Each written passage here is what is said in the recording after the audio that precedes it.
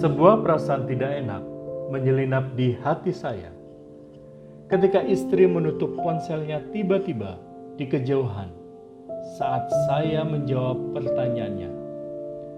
Apakah kamu sudah makan? Sejatinya saya bisa mengabaikan perasaan itu. Namun beberapa menit kemudian ada yang mengganggu. Sebuah bisikan bilang, kamu mestinya tersinggung diperlakukan begitu. Untung saya langsung paham dengan pola ini. Pertanyaan diajukan untuk menggoyang ego saya. Saya diminta berontak atas sikap istri yang menutup ponsel tiba-tiba sebagai sinyal kemarahan. Sejenak saya merasa sedikit gondok dan ada keinginan membalas. Beruntung dalam sepersekian detik, saya bisa langsung menjawab provokasi yang muncul.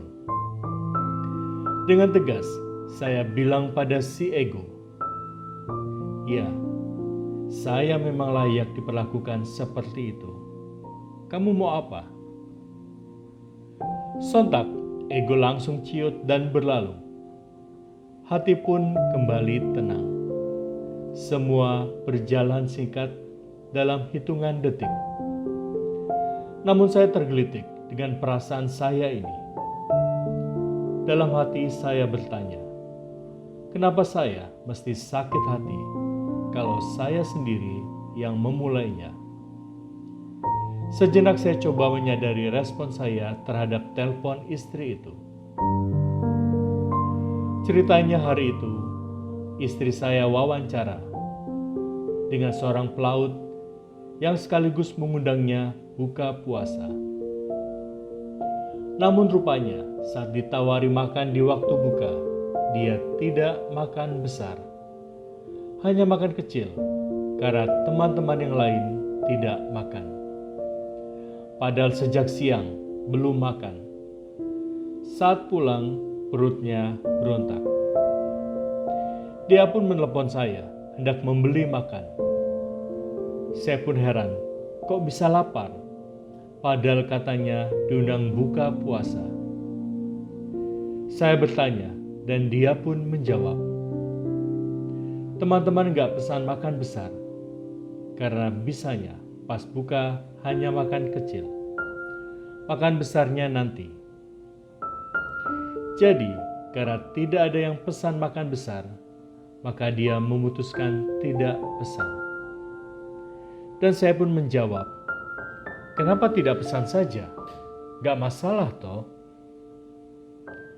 Namun rupanya, jawaban ini dianggap menyalahkan. Lalu ditutuplah telepon dengan tiba-tiba. Saya langsung sadar dengan reaksi ini. Beberapa detik, saya merasa biasa-biasa saja. Tiba-tiba, ada yang menggoyang ego saya. Terjadilah rentetan gejolak seperti yang saya sampaikan di awal cerita. Saat itu, saya ingin segera menyelesaikan supaya tidak berlarut. Prinsipnya, jangan diberi toleransi dan diajak diskusi. Saya ingat catatan yang diberikan Romo Paul Suparno tentang praktik pembedaan rohani dan pemilihan menurut latihan rohani Santo Ignatius Loyola. Dikatakan demikian, salah satu sikap yang terpenting dalam menghadapi godaan adalah tegas tanpa tawar-menawar.